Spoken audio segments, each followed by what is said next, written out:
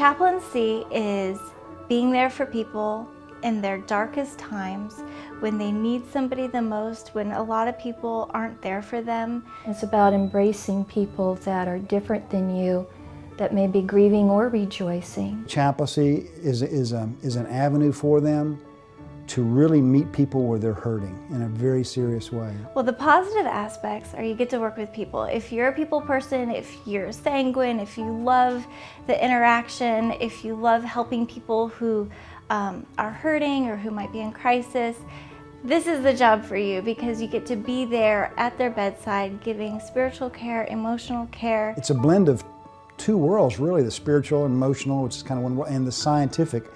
And what they're finding these days more and more is that when you enter into a person's world and help them mentally and physically, spiritually and emotionally, whole person care, as some people call it, that you affect them on a cellular level. You create hard biology changes. I think science these days is really validating what we've been kind of doing by faith all along.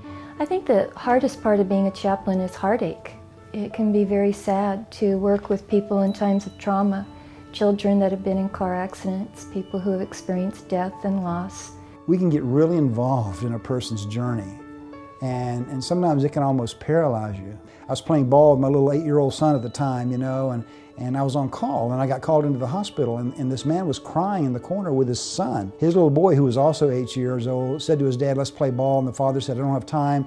And the boy went out back to play in a little stream or something and fell in and he drowned.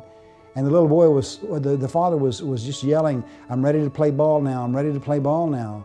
And I remember that story like it was yesterday, how you can get really attached to people's journeys. And so I think part of it is being there to help and being in touch with people's pains and trying your best to keep both feet on the ground at the same time. And as you can tell, I haven't mastered it yet. When I was in college, I took a summer, and the whole summer, I shadowed a chaplain at Florida Hospital. And that was so much fun because I realized, hey, this is exactly what I want to do. As a chaplain, you can expect to earn a minimum of $40,000 a year, and it can go all the way up to $90,000 a year. It will depend on how much education you receive, how many years of experience. Obviously, it's not for the money. It's more for the emotional aspect, and it's definitely a calling.